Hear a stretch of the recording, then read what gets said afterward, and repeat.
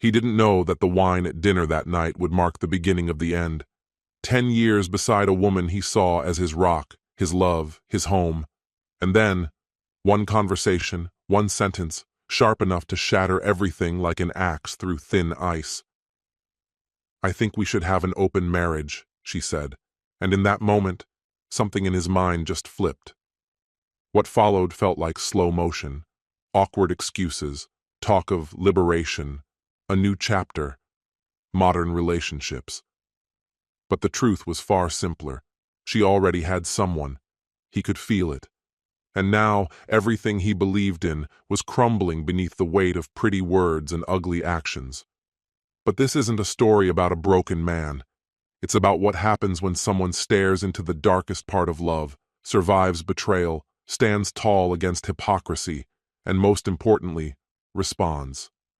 Hello, my friend. I'm so glad you stopped by my channel. If it's your first time here, don't forget to subscribe and like this video, as every like truly inspires me. Please tell me which city and country you watched this video from. Now let's get started. For 10 years, I believed I was part of a strong, loving partnership. I never thought I'd hear the woman I married, Hazel, suggest we turn our monogamous marriage into something open. We had crafted a life that felt solid, fulfilling. Her career in marketing was on an upward climb, and I was gradually moving closer to my goal of illustrating comic books professionally. I felt a real, passionate bond between us, genuine and unshakable. But then one evening, she came home carrying a strange new energy I couldn't quite place. During dinner, she let out a long breath and looked at me with a seriousness that sent a chill down my spine. "Alistair, I've been giving something a lot of thought lately," she said slowly. "I think we should try having an open marriage." My fork slipped, hitting the plate with a loud clink. "What are you talking about?" I asked, stunned. "Where is this even coming from?" "I miss the excitement," she said with unsettling calm. "The feeling of being wanted, of being chased." "Excitement?" I echoed, fighting to steady my voice. "You're willing to throw everything we have into chaos just because you miss flirting?" "Hazel, this isn't some college fling," she bristled. "You're stuck in the past, Alistair. I'm not ending what we have. I'm trying to expand it. If we approach this with honesty, it can work." "So you expect me to be okay with you sleeping with other people?" I asked, my voice barely hiding the disbelief. She launched into a long, rehearsed explanation. She claimed it wasn't about betrayal, but about empowerment, about rekindling the spark of being seen, desired by others. "It's a form of liberation," she argued. "This doesn't mean I love you any less. But if you say no, you're just proving you're jealous, controlling. Love should be able to withstand something like this." I sat there, speechless, trying to process the person in front of me. Was this really Hazel? The woman I had shared my life with for a decade? "I've heard this story before," I said eventually, fingers interlocked, my gaze fixed on her. "Videos online, forums, husbands whose wives suddenly want open marriages." Her eyes sparked like I had just given her validation. "And do you know what they all say?" I continued. "Almost every time, the wife already has someone lined up, or she's already involved with someone else." Her confident expression faltered. Her gaze dropped, her lips tightening. The silence stretched between us like an accusation. "So," I said, every word deliberate, "who is he, Hazel?" "There's no one else," she shot back, her voice rising in protest. "How can you even suggest that?" "What else am I supposed to think?" I replied sharply. "You're asking for permission to be with other men, and you act like it's just a harmless idea." What followed was a chaotic mess of denials, justifications, and idealistic ramblings. She insisted she wasn't cheating, that she only believed in the idea of an open marriage. But I'd had enough.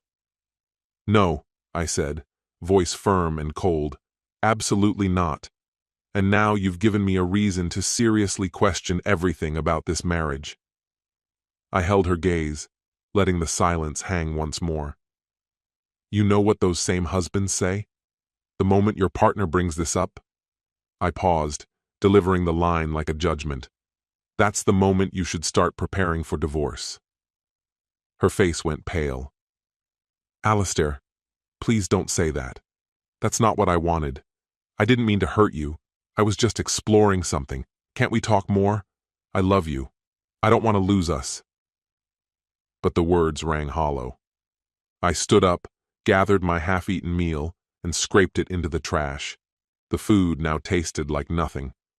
I rinsed my plate, dropped it in the sink, and grabbed my wallet, keys, and coat.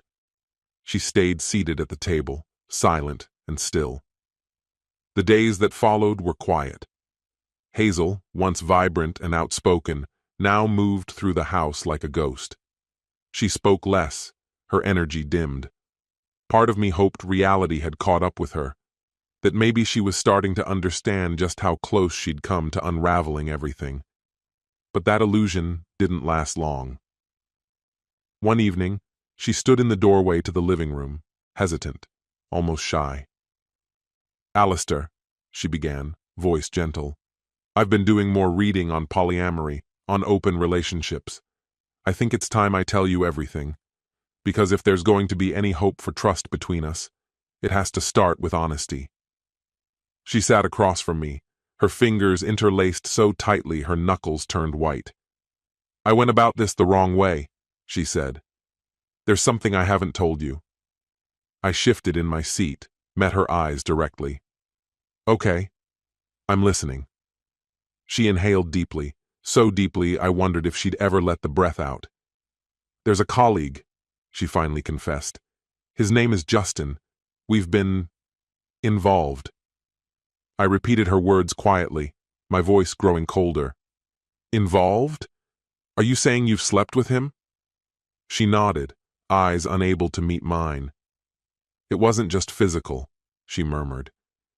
He makes me feel wanted again, alive, beautiful. I stared at her, my pulse pounding in my ears. After 10 years, the woman I knew was now a stranger. So, you're in love with him? I asked, each word coated in frost. This whole open marriage talk was just a smokescreen, a way to justify what you were already doing. No, she said quickly, defensive. It's not like that. I'm telling you now because I want to fix this. I still love you. I thought maybe we could find a way forward. Together. An open marriage could give us that chance. She reached again for that same word. It's about being modern, Alistair. Evolving. It's not cheating. It's about growth, about shared experiences. Modern? I echoed, a bitter laugh escaping. You think this is progressive? You betray me, hide an affair, and then dress it all up in buzzwords? I shook my head, the disgust too heavy to contain. You're not evolving, Hazel. You're just being selfish, and I won't stay in a marriage built on lies. That's not true, Hazel, and you know it, whether you admit it or not. Her mouth tightened, her eyes sparking with indignation. What's dishonest, she fired back, is how unwilling you are to even consider another perspective. You're stuck in your own rigid beliefs. It's like trying to breathe underwater, Alistair. She pushed herself up from the couch, voice rising. And yes, I resent that. I stood too, unable to stay grounded in that moment. You resent it? I echoed, trying to keep my voice steady. You resent that I fought for this marriage? That I respected the vows we made? That I trusted you? She didn't miss a beat. I resent your refusal to grow. Marriage shouldn't be a prison sentence based on antiquated expectations. I want more from life. I need to feel like I'm living. And Justin gives me that. A harsh laugh escaped me, dry and cutting. Oh, I see. And what am I supposed to get out of this grand vision of yours? Am I just supposed to play house while you sleep with your coworker? You act like this open marriage idea is mutual, but every argument you've made has been all about you. Her reaction gave her away, a subtle flinch, the first crack in her armor. She hadn't thought about what I might want. After a pause, she offered weakly, You could see other women too. It doesn't have to be one-sided. I laughed again, this time colder. How generous of you. Now you're trying to wrap your guilt in equality. You keep saying we, but it's always been you. I never asked for anyone else. I took a breath, anger thick in my chest. I wanted my wife, the person I thought I married. But she's gone, isn't she? For a second, something flickered behind her eyes. Regret, maybe. But she lifted her chin, steeling herself. I won't apologize for needing more than this, she said, her voice calm but firm. And if that's something you can't accept, maybe you're right. Maybe this marriage is already over. The words dropped like a verdict. Final. I felt the silence expand, deep and suffocating. And yet, oddly enough, some invisible pressure eased inside me. I looked at her, this stranger wearing my wife's face, and grief tangled with fury. You're right, I said softly. It is. I told her I'd reach out to a lawyer the next day. We could make the divorce official, handle the paperwork in the coming weeks. She looked stunned, her mouth parting as if to speak, but I was already turning away. I walked down the hall, packed a few essentials, and moved into the guest room. I thought that would be the end of it. But Hazel wasn't ready to let it die quietly. She rallied her closest allies, her mother, Addison, her sister, Sabrina, and two longtime friends, Peggy and Karen. One afternoon, I was sitting at the dining table, casually eating a burger and watching a video online, when they descended like a well-organized army. Hazel led the charge, but Addison quickly took the reins, sliding into the seat across from me with smooth confidence. "Alistair, sweetheart, we need to talk." I set my food aside deliberately, folding my arms as I looked them over. Hazel took her place beside Addison. The rest formed a line behind them like some kind of tribunal. The air thickened, the pressure unmistakable. I knew what this was. It wasn't a discussion. It was an ambush. "Alistair," Addison said again, sweet but solemn. "Please, just listen with an open heart. We're all here because we care. But you need to understand the broader perspective. Relationships today aren't what they used to be. They don't have to be these stifling, traditional boxes. Ethical non-monogamy can be liberating for both of you." I arched an eyebrow. Liberating? Is that the euphemism we're using for betrayal now? Sabrina rolled her eyes with a scoff. "Come on, Alistair. This isn't betrayal. It's called being honest." Hazel had the courage to speak her truth. "Do you know how many women suffer in silence for years? And now I'm supposed to applaud her for cheating and giving it a trendy name?" I snapped, my voice chilled. Peggy chimed in, voice placating. "Okay, maybe she didn't handle everything perfectly, but she's trying to include you in this new chapter. That's what ethical non-monogamy is supposed to be. Honesty, mutual respect, communication." "Mutual respect," I repeated, anger flaring. "So me not letting my wife turn our relationship into a sideshow makes me the villain?" "Yes," Karen cut in sharply. She stepped forward, resting a hand on the back of Hazel's chair. Her eyes locked onto mine, burning. "You're afraid of change. You cling to these outdated ideals because you're terrified of someone like Justin. It's honestly pathetic." My fists clenched involuntarily. "I couldn't care less about Justin," I growled, "but it's clear you all do." "You're projecting," Karen sneered. "You know deep down you can't fulfill her anymore. Justin makes her feel something real, and that scares you." Hazel turned to her, clearly shaken, mouthing no, trying to reel her back. But it was too late. The damage was sealed the moment they barged in. I let out one more bitter laugh and shook my head. At this point, I don't care anymore. Not about her, not about Justin, and definitely not about whatever self-righteous performance this is. I locked my gaze on Karen, rhythmically tapping my finger against the table to punctuate every word. "I don't care anymore about who Hazel is sleeping with." Then I turned my eyes on the rest of them. You all seem oblivious to the fact that, for me, this marriage is already done. I let out a breath through clenched teeth, throwing my hands up in sheer frustration. This goes deeper than just feelings. This touches my core, my values, who I am. My eyes swept the room, landing on each of them with unwavering force. You don't get to make a lifelong commitment to someone, knowing exactly what matters most to them, only to flip the script later.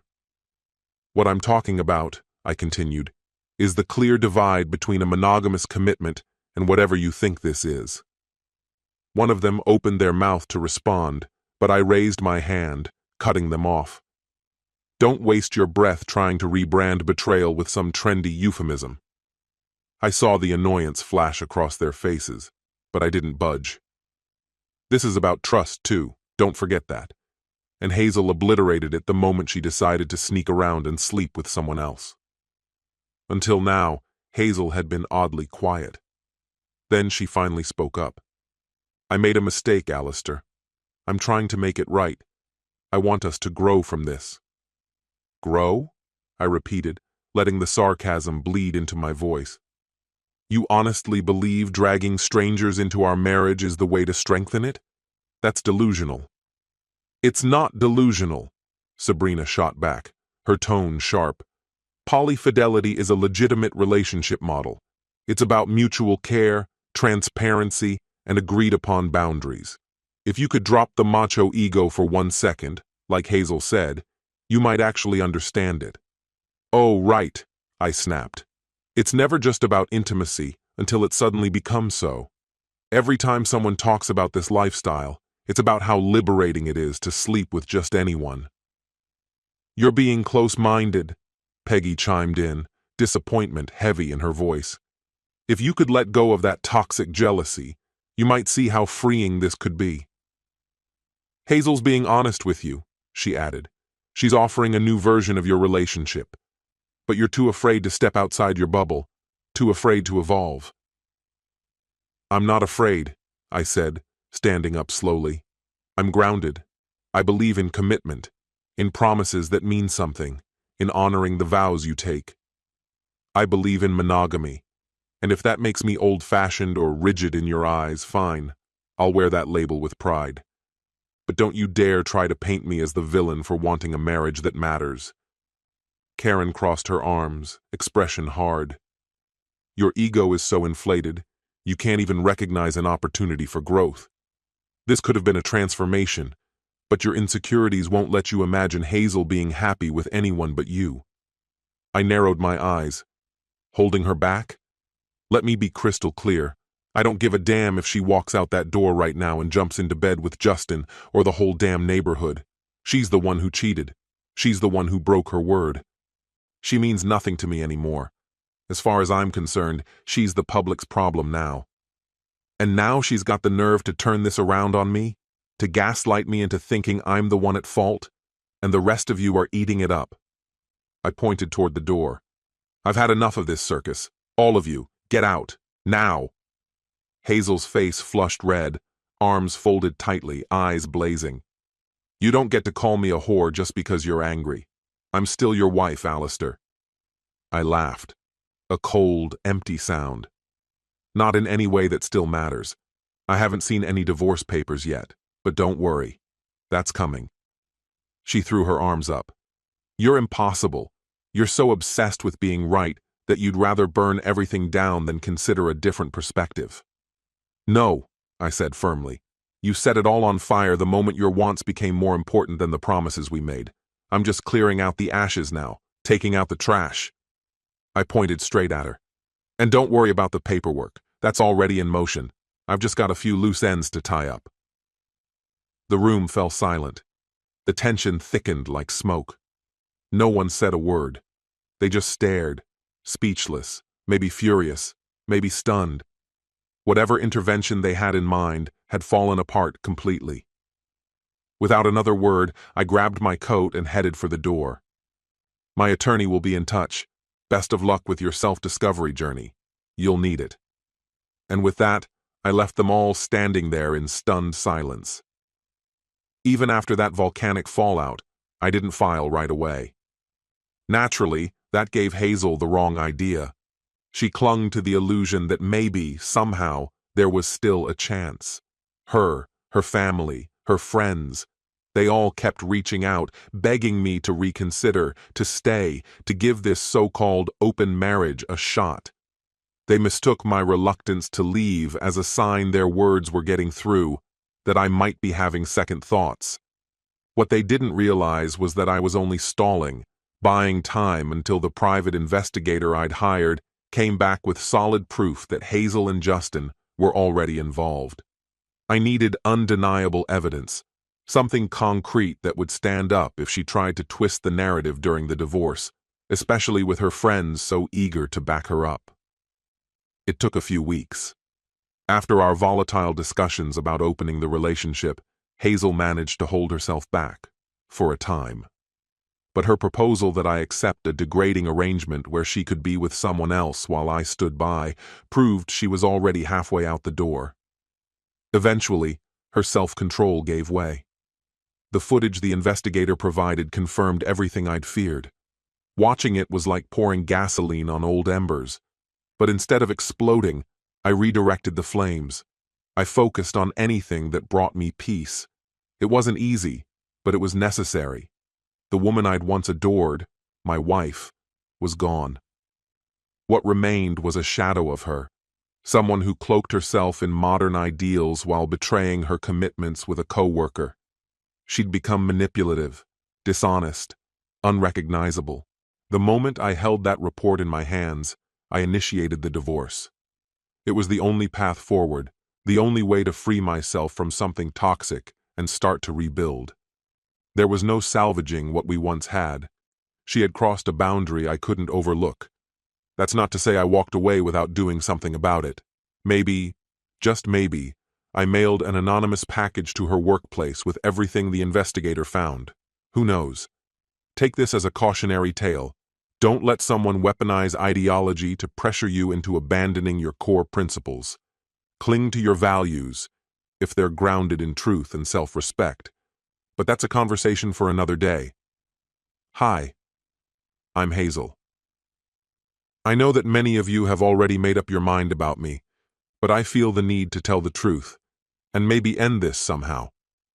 At the time, I really didn't believe that Alistair would see it through. He mentioned the divorce. He threw it in my face during an argument. But after our last violent confrontation in front of my mom and my friends, when he still hadn't left, I convinced myself that it was just another empty threat. I thought we'd find a way back eventually. But when these divorce papers appeared, I realized how wrong I was, and that he wasn't done with me yet. Barely a few weeks into the legal process, I was called into a meeting with HR. Justin was there too, pale and clearly shaken, avoiding my gaze. My stomach turned.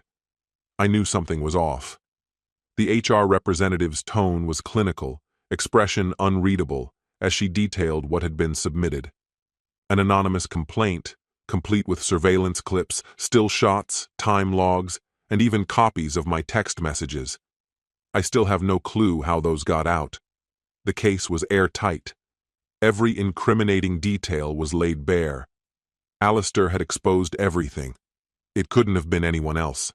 I tried to spin it, tried to soften the blow, even tried, God forgive me, to position myself as the victim.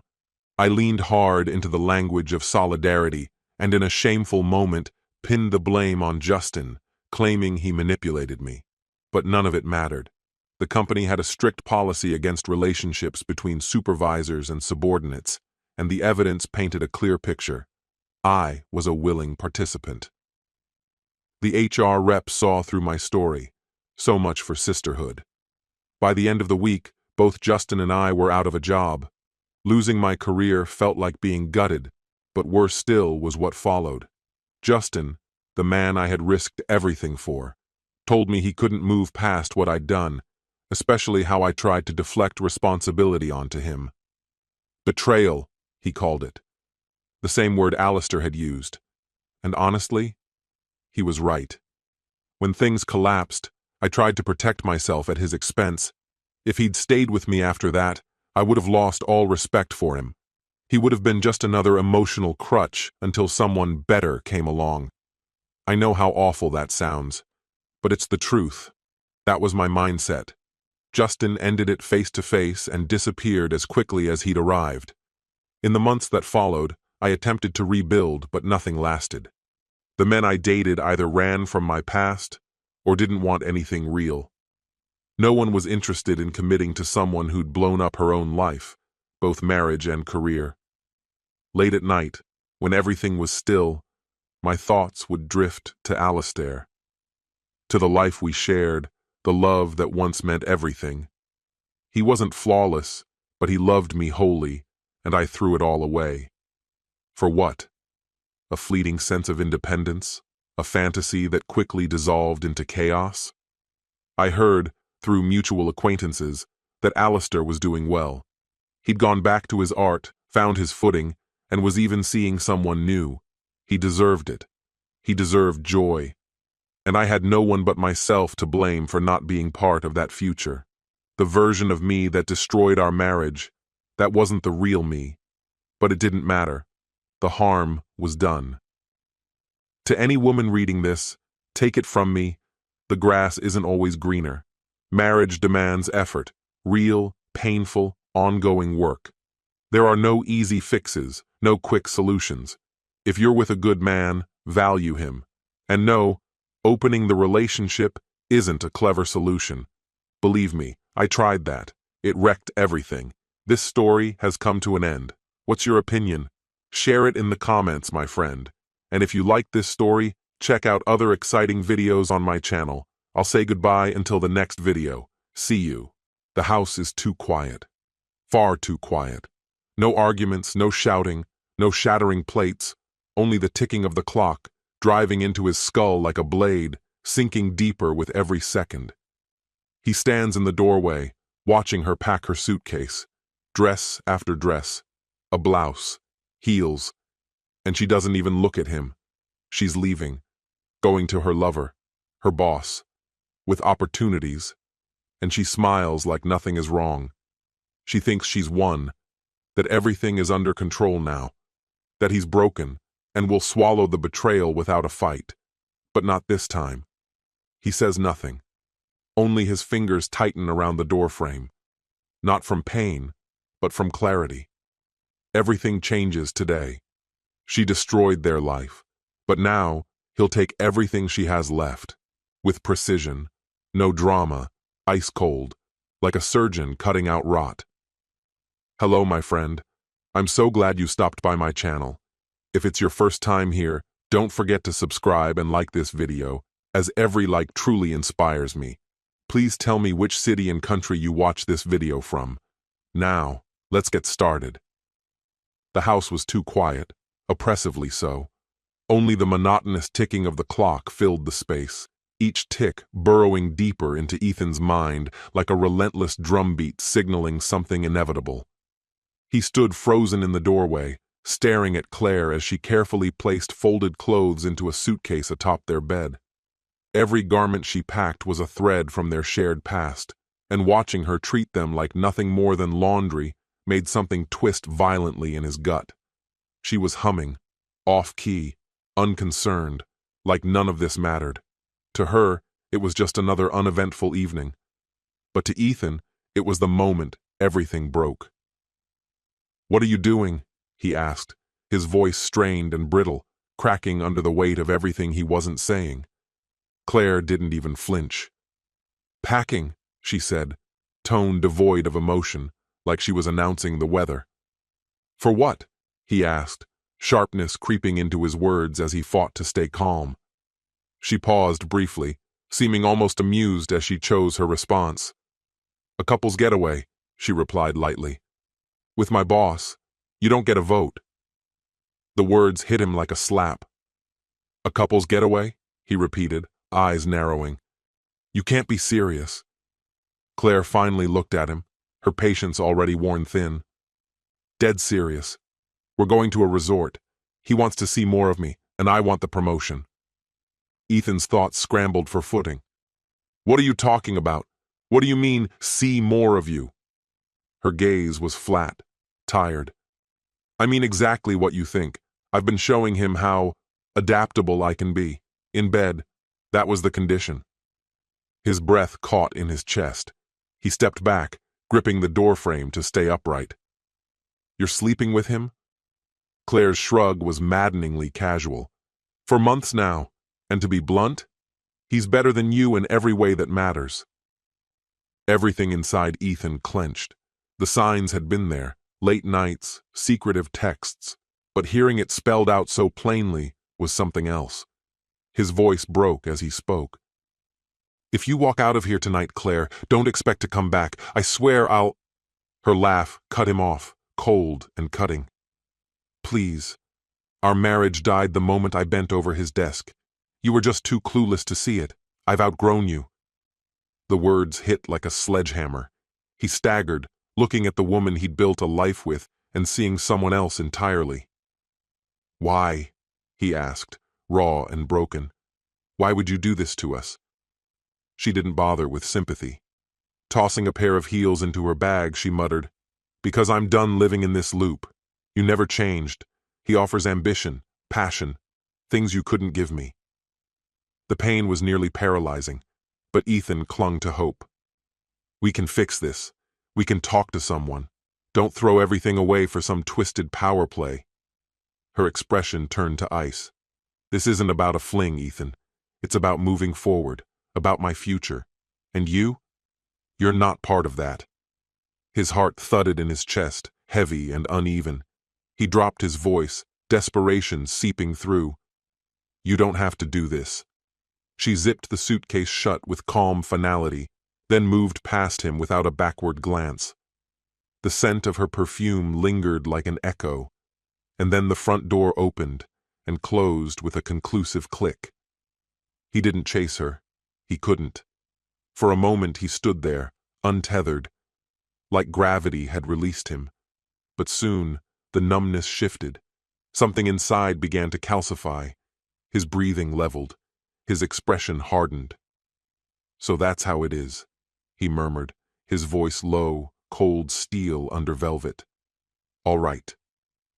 The ticking of the clock was louder now, relentless. But this time it didn't feel oppressive. It felt like propulsion. Ethan's thoughts focused with alarming clarity. Claire had made her decision. She'd written him off like he was nothing. She believed she had all the power, but she had no idea what that choice would cost her. When he finally moved, her car was gone, swallowed by the dark. His muscles were tight, but his mind was crystal clear. He had always been the calm one, the steady one, but not anymore. Tonight, that man was gone.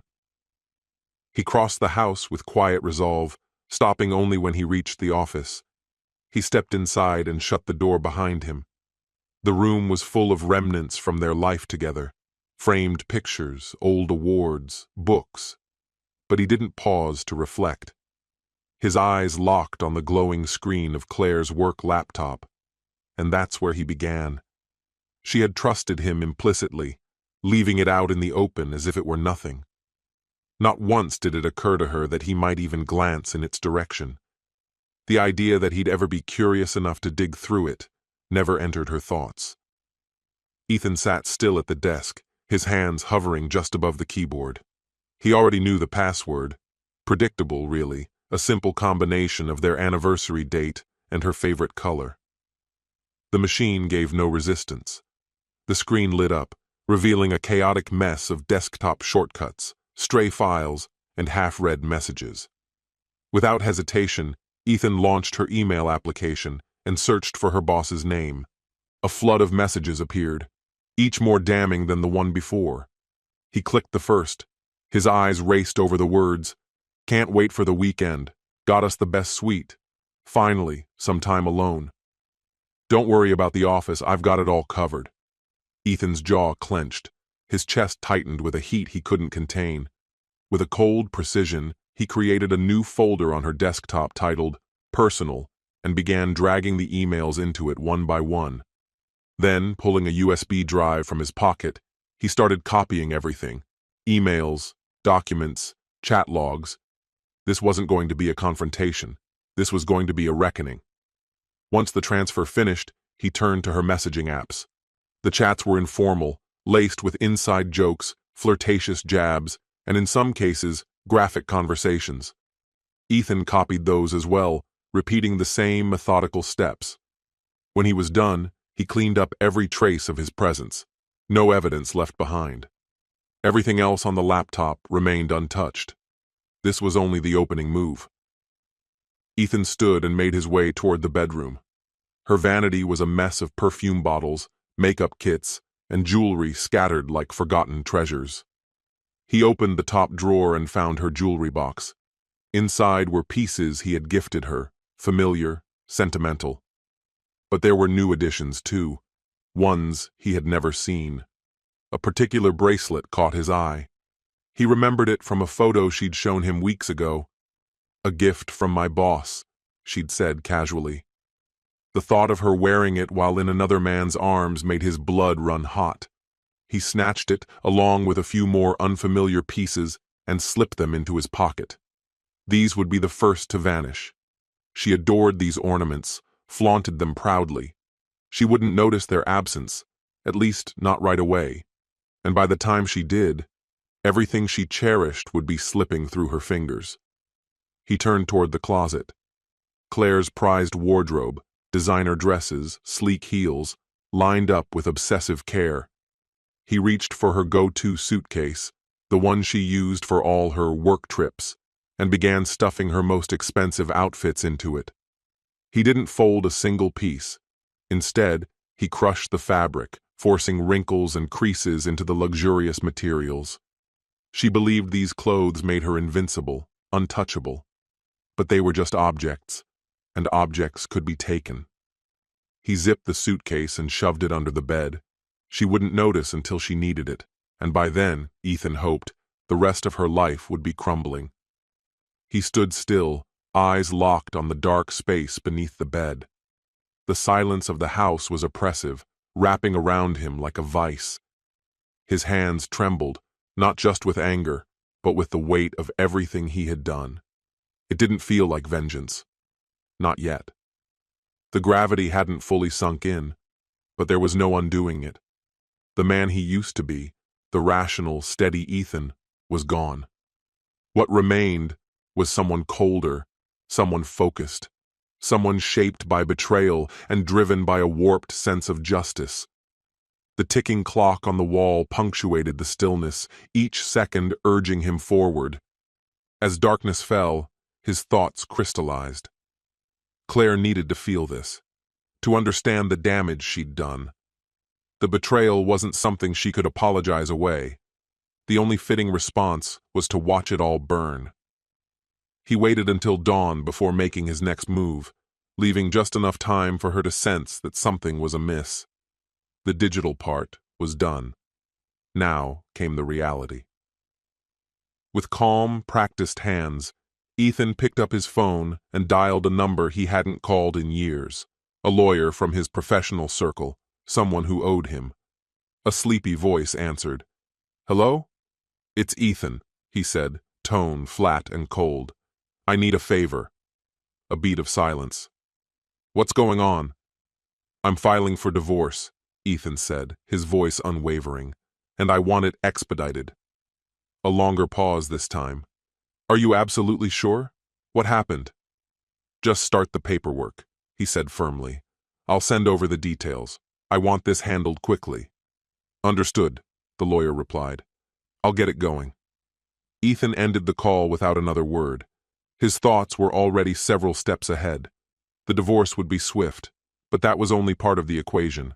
Separation alone wouldn't suffice. There had to be consequences. Claire had built a life made of appearances, her career, her relationship, her reputation.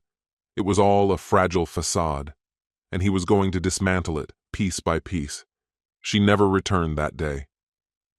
Ethan stayed, putting the final pieces of his plan in place. The unraveling had already begun. What came next would finish it. That evening, his phone buzzed. A message from the lawyer. "The divorce is in motion. She'll be served within a few days." Ethan didn't need to wait. The wheels were already turning. Only one step remained. He opened his laptop, pulled up his inbox, and began composing a new email. This one was addressed to Andrew, Claire's lover, her boss. He had included it all: the incriminating emails, the flirtatious message threads, the damning photographs, every single piece of evidence that exposed the affair in full detail. The message he wrote had no anger, no passion, just cold, procedural precision, like he was filing a report, not detonating someone's life. "Andrew," the message began, "you shattered my marriage. Now it's time for yours to burn." Without a pause, Ethan pressed send. The response came within moments. Ethan didn't need to wonder long. The shockwaves were already spreading. Andrew, once hailed for his spotless conduct and professional polish, was seconds away from implosion. Ethan could see it clearly. The pandemonium erupting in Andrew's office, HR scrambling for damage control, executives huddled in quiet crisis meetings, the PR team desperately drafting statements. By midday, Ethan's phone lit up with a breaking news alert, a corporate scandal involving a high-profile executive. He didn't need to open the article. He had written the ending long before. Everything was unraveling just as he had planned. And this, Ethan knew, was only phase one. He had no intention of stopping here. The following afternoon, Claire walked through the front door. He had been waiting, not with fire, but with frost. His rage cooled into something sharper. She stepped in, exhaustion etched into her face, irritation simmering behind her eyes. But the scene before her, the glowing laptop screen, papers spread across the table, Ethan standing rigid, made her stop short. Confusion flickered, then deepened into dread. "What's going on?" she asked, her voice low, uncertain. Ethan didn't answer. The silence hung thick between them. He stood slowly, each movement deliberate and tense. Claire straightened instinctively, sensing the shift.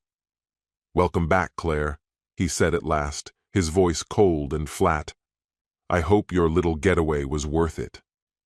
Her eyes darted to the laptop, to the exposed documents, and then froze. Her breath caught. "What?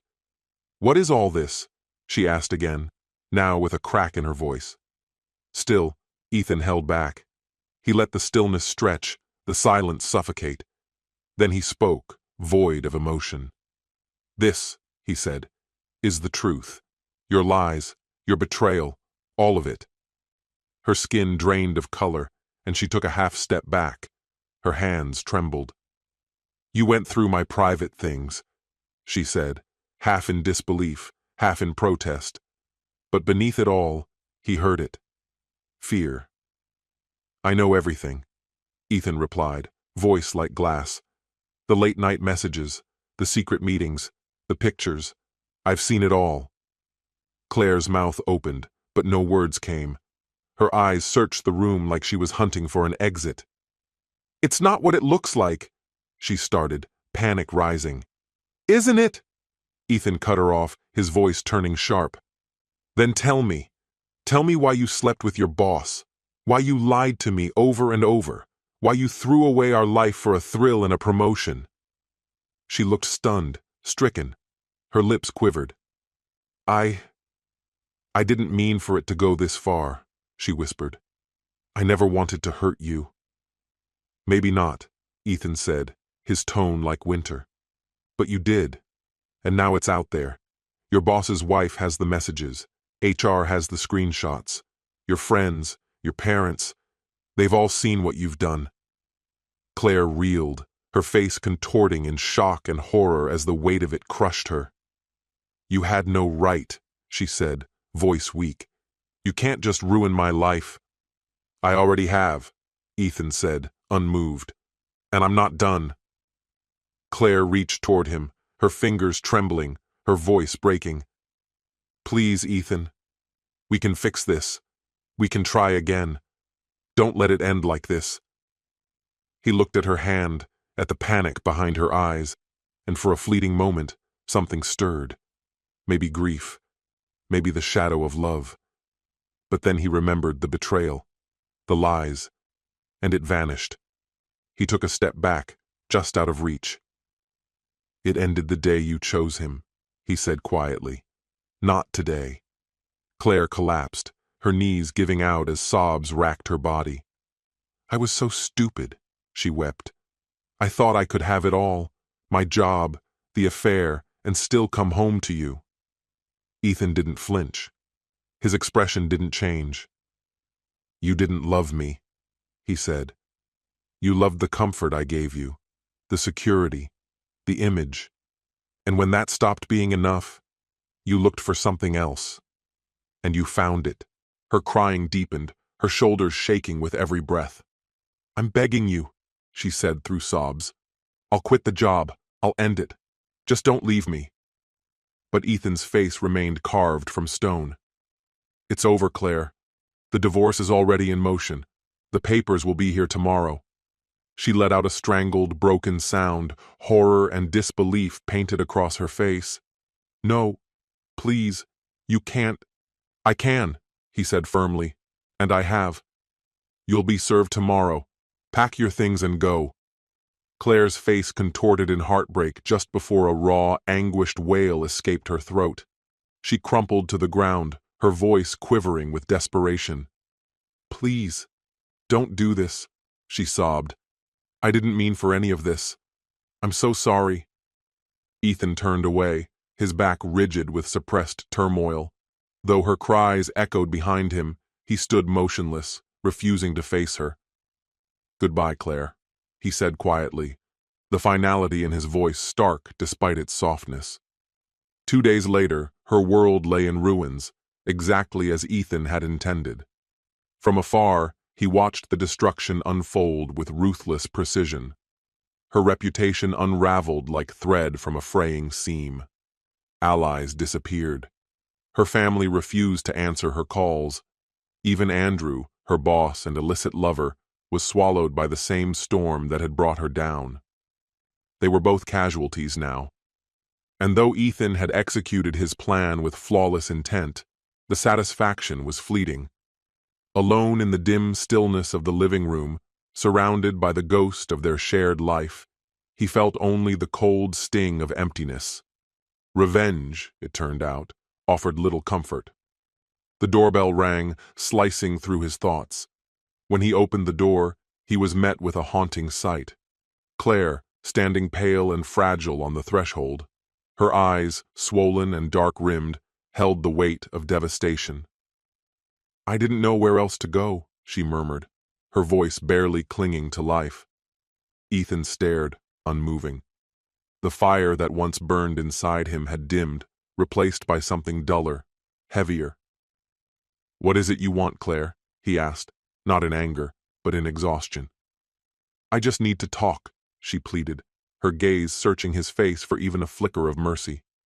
"Please, just listen." Without a word, he stepped aside. She lingered for a moment, then entered the space they once shared. Her eyes scanned the room like a mourner at a grave, catching glimpses of the remnants of a life long gone. Dusty photographs, untouched keepsakes. She lowered herself onto the couch opposite him, awkward and trembling. She looked nothing like the woman he once loved, her vibrance gone, her confidence hollowed out. "I know you hate me," she began, voice brittle, "and you have every reason to. I've lost everything because of what I did. I deserve that. But I swear, I never wanted to hurt you." Ethan remained still, his eyes locked on hers, unreadable. The fury had long since faded, leaving behind a quiet, relentless ache. Seeing her like this didn't heal the wound. It simply deepened the silence around it. "You broke something in me I didn't even know could break," he said finally, his words heavy with sorrow. Claire nodded, tears brimming. She wiped them away with shaking fingers. "I know," she whispered. "I can't take it back. Everything spun out of control. I thought I could manage it all, my job, the affair, and still come home to you. I was stupid and selfish." His hands clenched tightly in his lap. The betrayal still simmered beneath the surface. "You can't have everything, Claire," he said, his tone sharper now. "You made your decision. You chose him. You chose ambition over love." Her composure crumbled. She sank to the floor at his feet, clutching the fabric of his trousers as tears soaked through. "Please, Ethan," she begged. "Don't let this be the end. I'll quit my job.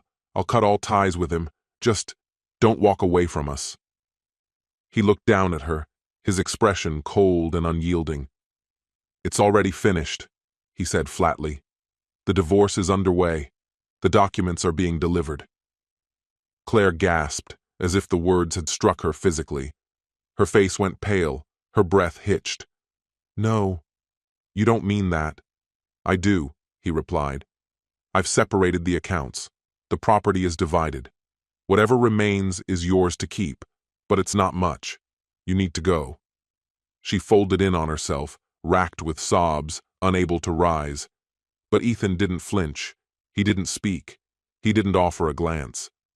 When she finally left, the quiet returned, more deafening than before. He sat in that silence, surrounded by fragments of the life they once built. His chest felt hollow, but within that void, there flickered the faintest ember. Perhaps it was peace. Or maybe it was the first trace of something resembling hope. As the door clicked shut behind Claire, Ethan came to a quiet, aching realization. Revenge hadn't given him closure. It had only cost him the final piece of himself he never intended to lose. This story has come to an end. What's your opinion? Share it in the comments, my friend. And if you like this story, check out other exciting videos on my channel. I'll say goodbye until the next video. See you. They had been together for 25 years. Stability, routines, shared morning coffee, and wine-filled evenings with the news humming in the background. Everything felt solid, time-tested. But one sentence shattered it all. What if we opened up the marriage? That was the trigger. Not just betrayal, but a calculated, cold dismantling of trust. Not just cheating. A transformation of the woman he believed to be his soulmate into a stranger with a smile that never quite reached her eyes. She didn't leave alone. And then she came back, as if nothing had happened. But memories don't erase, especially when they're synced to the cloud. One click, and the truth was there, exposed like a scar. No screaming, no scene, just a freezing calm and a point of no return. You think you know someone until they take off the mask. And it turns out it wasn't a mask at all, just a face that was never meant for you. Hello, my friend. I'm so glad you stopped by my channel. If it's your first time here, don't forget to subscribe and like this video, as every like truly inspires me. Please tell me which city and country you watched this video from. Now let's get started. I used to think my life was straightforward, not boring, just stable. After 25 years married, you find a rhythm. You come to know the tiny details, the habits, the triggers, the little things that light them up or shut them down. Sable and I had our routines carved out over time. We'd start the morning with coffee, check in with a call by lunchtime, share dinner, and wind down with wine while the evening news murmured in the background. It wasn't perfect or particularly exciting, but it was ours, and I genuinely believed that was enough. Our children had moved out, both off at college, starting their own chapters. The house was quieter now, sometimes painfully so, but we still had each other. We still shared the inside jokes, the casual touches, the kind of memories you could hum like old tunes.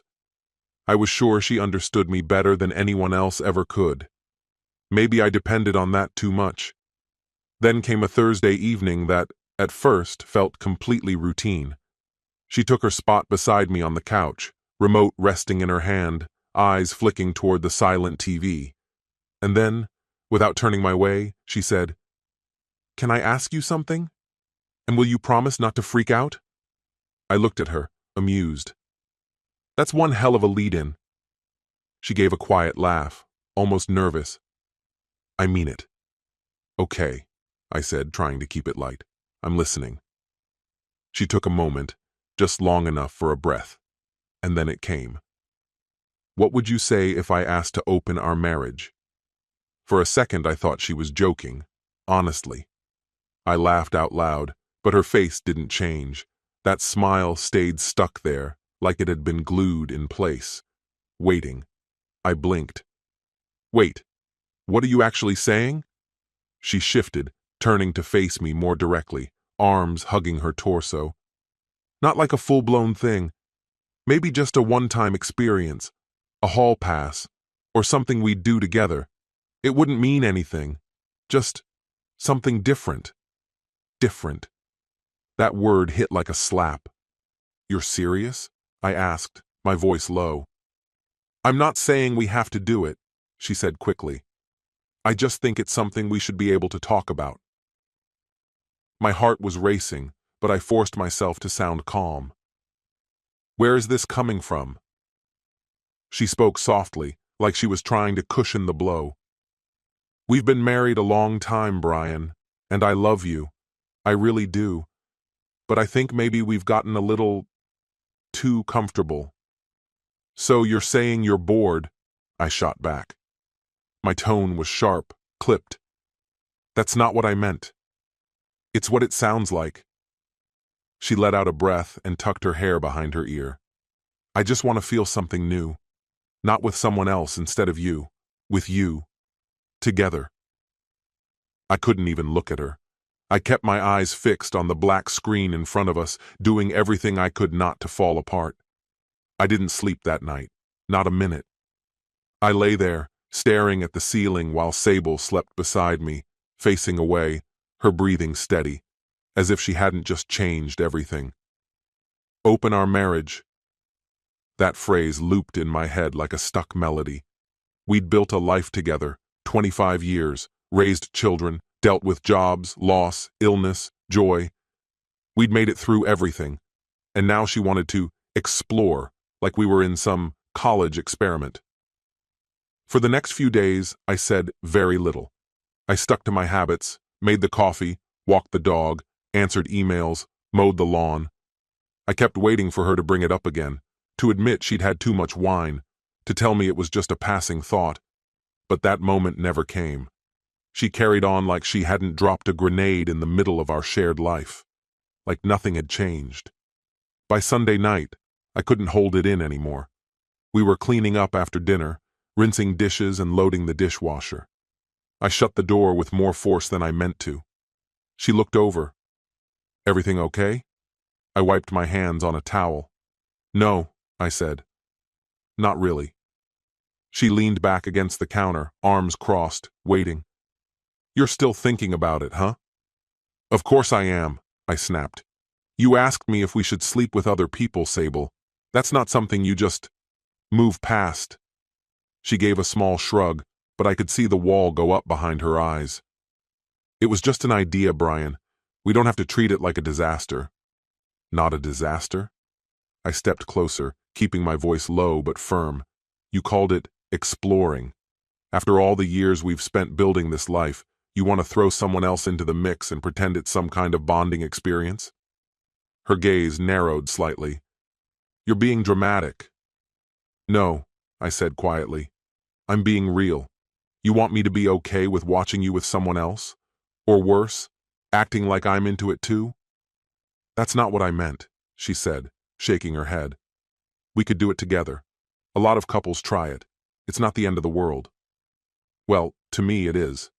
She looked at me then. Not like my wife. Not like the woman I'd spent decades beside, but like someone studying me from across a divide. And then she said something that made my stomach turn. You're just afraid of change. That was the moment it all clicked. Something had changed in her, or maybe it had always been there, hidden just beneath the surface, too subtle for me to notice. Maybe I trusted too easily, or maybe I just didn't want to see it. I told myself to let it go, to stop overthinking. Maybe she was just going through something. A midlife shift. With the kids gone and the house so quiet, it was like the silence had found its own voice. People behave differently when their routine gets broken. Still, something about her felt off. The clues came quietly, almost respectfully. Her phone never seemed to stop buzzing. She started updating her wardrobe, spritzing perfume just to run to the store. The gym became part of her schedule, but she'd return as if she hadn't lifted a finger. And then there was that smile, small, guarded, like she was in on a secret I wasn't meant to know. I didn't want to pry. Truly, I didn't. But one evening she nodded off on the couch and her laptop screen glowed from the coffee table. There was a profile open, not her main one. No photo, no real name, just a generic icon, still logged in. I hesitated, then clicked. And what I found was exactly what I didn't want to. There were threads, forums, whole communities, groups centered around swinging. Her username even included our anniversary. That detail crushed me. She had been chatting with strangers, dropping into explicit discussions, reacting to posts about partner swapping and meetups. This wasn't playful or vague. It was stark, unmistakable. And then I saw the message that made my stomach drop. "See you Saturday night. Can't wait to finally meet." I froze. Saturday. 2 days away. She'd arranged it all without breathing a word to me. Not yet, anyway. But she would. Saturday came and I was in the kitchen, drink in hand. She entered like a vision, wearing a dark red dress I hadn't seen in years. Her hair styled perfectly, her nails polished, eyes glowing. "Big plans tonight?" I asked, steadying my voice. She smiled. "Actually, yeah. I've been meaning to bring something up." I stayed quiet, waited. She stepped in closer, almost radiant. "There's a gathering tonight. Something different, private, for couples, people who are more open to new experiences." I kept my face blank, acting like this was new to me. "What kind of gathering?" I asked. She smiled wider. "A swingers event." I blinked, unsure I'd heard correctly. "A what?" "A swingers event," she said again, like she was describing a weekend brunch. "I meant to talk to you about it earlier. I was hoping you'd come with me." "You were going to invite me?" I said, the words sharp. "To watch you with someone else?" She rolled her eyes. "Brian, don't be so dramatic. It's just a social event. It's not cheating if both people are on board," she added. "But you already signed up," I said, my voice rising. "You made plans without ever talking to me." She folded her arms. "Because I knew exactly how you'd respond." "You're damn right," I snapped. I responded like someone who thought we were partners. For 25 years, I believed we were in this together. You don't blindside someone like this and expect applause. Sable shook her head. "You're stuck in the past. Relationships evolve. This brings people closer, Brian. It's supposed to strengthen what's already there." I took a step back, stunned. "You really believe that?" Her expression didn't waver. "I do. And I want to try it. With you." The silence that followed was heavy. Then I spoke, slow and firm. "If you walk out that door tonight, if you go to that party, we're finished. No discussion, no return." She looked at me like I was speaking gibberish. "You're actually serious?" "More than I've ever been," I replied. She exhaled, glanced down, then brushed past me, picked up her purse and left. Just like that. Gone. I stayed rooted where I was, fingers curled tightly around the counter, watching the door swing shut behind her. The quiet that followed felt conclusive. I didn't move. I just sat there, lights off, trying to trace back the moment things had begun to drift. When did I stop seeing her for who she was? When did she start slipping away? A year ago? 5? I couldn't say. At 1:42 a.m., the garage door hummed to life. Her car was back. She had returned. I didn't get up, didn't ask. I didn't want to hear anything. Her heels tapped softly across the floor. Keys dropped into the ceramic bowl near the door. The fridge opened. A bottle cap twisted off. A glass set gently on the counter. Silence. Then she strolled past the living room like she'd only stepped out for coffee. "Still awake?" she asked casually. I said nothing. She paused in the hallway, waiting. When I didn't respond, she sighed, like I was the unreasonable one, and disappeared into the bedroom. I stayed exactly where I was, frozen. Time blurred. At some point, I reached for my phone. I wasn't searching for anything specific, just killing time. More out of routine than purpose, I opened my photo gallery and let my thumb slide through memories. Frame after frame appeared, the two of us grinning, the kids as toddlers, candles on cakes, sun-soaked beaches, an anniversary dinner in Rome, scenes from a life that once felt complete. I'd been trying to come to terms with it all, to make peace with the fact that this chapter was truly closed. Then something caught my eye. A video, untitled, only marked with a timestamp, barely 2 hours old. My chest tightened instantly. It must have synced automatically. Her phone was still connected to the cloud. I froze, staring at the thumbnail. The soft glow of a hotel lamp, the silhouette of a wine bottle, and her arm, Sable's, clearly visible, the silver bracelet from our 15th anniversary glinting faintly. A sick feeling twisted in my gut. I tapped the screen. The video started with her face close up, cheeks flushed, eyes dancing. She laughed, voice playful and light. "Record this for me," she said to someone off camera. "I want to remember it." She stepped back, and they stepped in. 3 men, shirtless, touching her like she was some prize they'd won. She didn't recoil. She welcomed it. She kissed one, then another, whispered something into the ear of the third, making him smile and pull her in tighter. She was glowing, vibrant in a way I hadn't seen in years. There wasn't a trace of hesitation, no hint she carried the weight of a marriage, a home. I paused the video, unable to keep going. I sat there in the quiet, the phone heavy in my hand, its screen now dark. This wasn't some party she stumbled into. This wasn't just infidelity. She'd filmed herself, consciously, deliberately, being intimate with 3 strangers, and unknowingly handed me the proof like it was another vacation memory. No more uncertainty. No more second-guessing. This wasn't a lapse in judgment. It was a choice.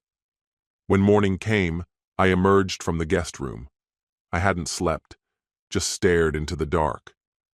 Sable was already in the kitchen, humming as she poured coffee, like she'd returned from a weekend spa, not from that. When she saw me, she offered a gentle smile and slid a mug toward me. "Morning," she said, as if nothing had changed. She suggested a drive, maybe lunch by the lake. I said nothing, just looked at her. Her smile faltered. "What?" she asked softly. I pulled out a chair and sat down, placing the phone on the table between us.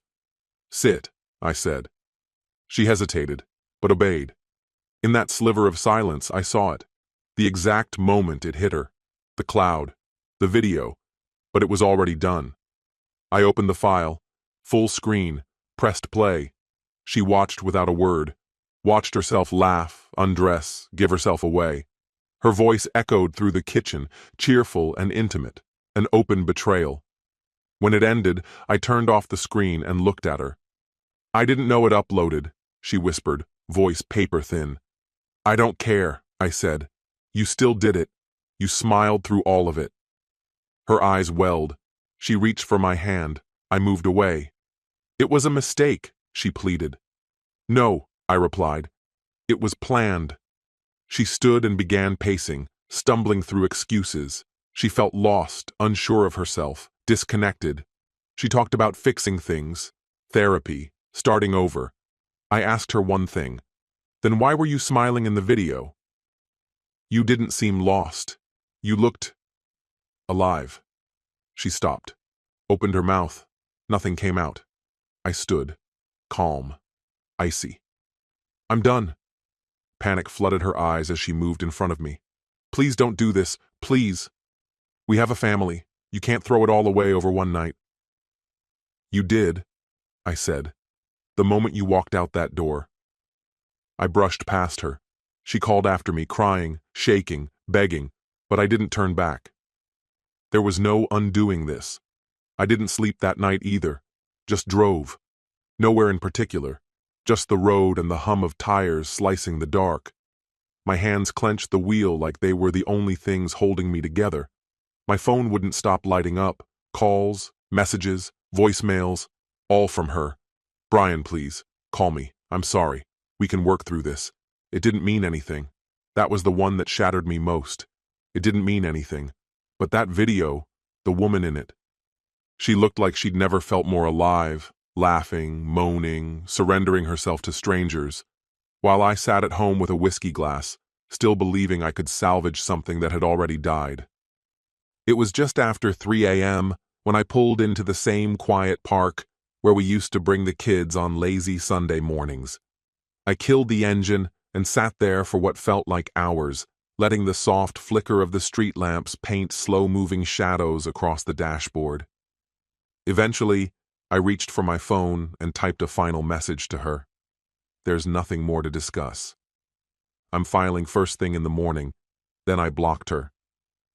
The silence that followed felt like a breath I hadn't taken in over 20 years. By the time the sun came up, I kept my word. I walked into my attorney's office, handed over a flash drive, and said, "This is all he'll need." It was a video, but there were no words in it. None were necessary. I wasn't out for revenge. I just needed to close the door. And once I started, I didn't slow down. Every shared account, canceled. The locks, changed. Her things, packed up and set on the porch before she got back. When she arrived, she didn't speak. Just loaded her arms with what she could carry and left without a single glance back. I called the kids, told them I was here whenever they were ready to talk. I reached out to my sister. I even told Michael, my best friend since middle school. I wasn't hiding. I wasn't ashamed. I hadn't done anything to be ashamed of. 2 days passed before Sable reached out. She came to the house, but I didn't open the main door.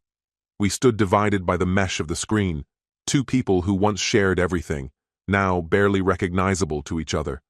Her face was pale, hair loosely tied back, no trace of her usual polish. Her voice wavered. "Brian, I messed up. I was scared. I didn't know how to talk to you." I gave a small nod. That might have been a good place to start. She blinked rapidly, wiping her eyes. "I thought doing something reckless might make me feel alive again." "Did it?" I asked. A pause. "No. It made me feel hollow." Her gaze flicked past me toward the hallway. "Can I come inside?" I shook my head. "Not anymore." She recoiled slightly, like my words had hit her chest. "And the kids?" she asked quietly. "They'll hear the truth. Then they'll decide for themselves." She opened her mouth like more words were coming, but I shut the door before they arrived. That was the last time she ever stood on that porch. 6 months later, it was all finalized. Quick, precise, unforgiving. Sable tried to stall it, cried through mediation, begged for one more shot, said we owed it to everything we'd built. But the footage, her at that party, entangled with 3 different men, left no room for denial. There was nothing left to argue. We split our lives. I kept the house. She moved into a condo near the freeway. I never asked how she afforded it. Truthfully, I didn't care. The kids didn't take it easy. But eventually, they saw it for what it was. They were old enough to understand the layers. I didn't need to speak ill of her. They noticed who stayed and who disappeared. Weeks slipped by, then months. The house felt still now, not barren, just calm. The air no longer carried the weight of unspoken resentment. I stopped pretending. I walked more. Ate outside when the weather was good. Lost myself in small habits.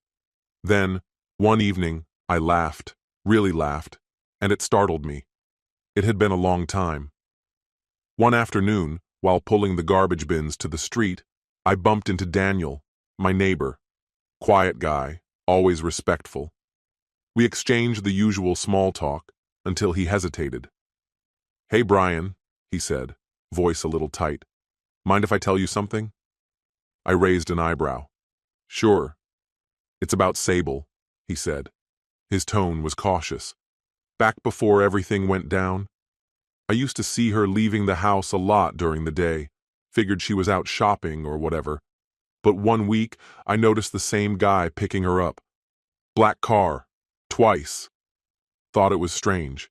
Didn't mean much to me until later. My stomach tightened, but I didn't need to hear the rest. Daniel looked truly remorseful. I should have told you, but I didn't want to cause trouble. I gave a slow nod. You didn't do anything wrong. Inside, something shifted.